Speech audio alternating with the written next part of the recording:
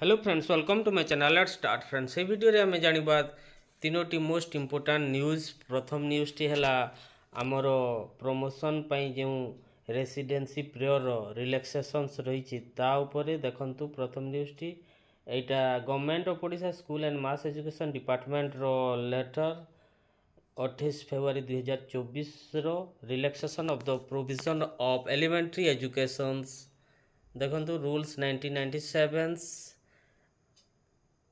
read with amendment rules 2019 for promotion of the teachers from level 5th B to level 4th and 4th to 3rd.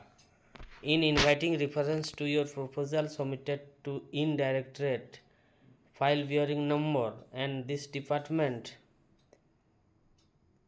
I am directed to say that government after careful consideration have been pleased to extend the timeline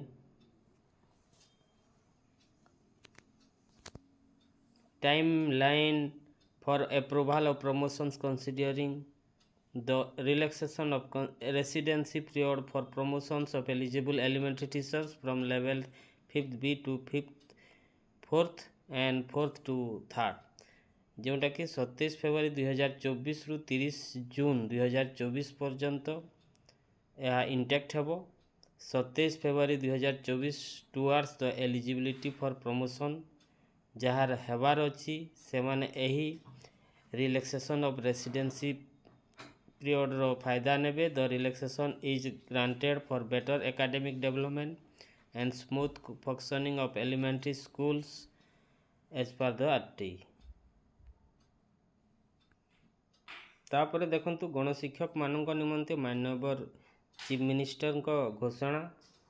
एटा 12,113 जन गणशिक्षक उपकृत हेबे। तांकर दरमा वृद्धि करा जायछि। मुख्यमंत्री निष्पत्ति अनुसार ओटीटी पास करिथिबा जीएस मानकु एक्स कैडर भाव में नियमित करा जिवो। या द्वारा राज्यर 1,742 जीएस उपकृत हेबे। सेहीपरि ओटीटी पास करिनथिबा जीएस मानक मासिक पारितोषिक 7,000 टंकारु 10,000 टंका को वृद्धि करा जायछि। यह द्वारा 1,121 जन बा 1,121 जन जीएस उपकृत हेले। यह सहित जो सरकारी शिक्षक एक्स कैडर मानकु वार्षिक इंक्रीमेंट मिलू नहीं सेमानक मध्यरु ओटीटी पास करथिबा सहकारी शिक्षक मानकु वार्षिक इंक्रीमेंट प्रदान करा जिवो। यह द्वारा 9,520 एस कैडर शिक्षक उपकृत हेबे। 5टी तथा देखंतु एटा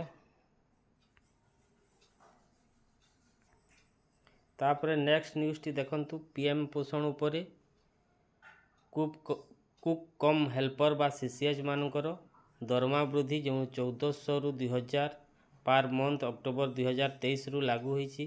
The total estimated financial implication will be borne from the state budget under the state support from PM पोषण। एटा लेटर देखते school and mass education department 29 February 2024 रो। तेबे अक्टोबर 2023 रु से माने 2,000 टंका लेखाएं वर्धित दरमा पाइबे। This is all most important 3 news. Thank you friends, please subscribe my channel and press the bell icon. See you again soon.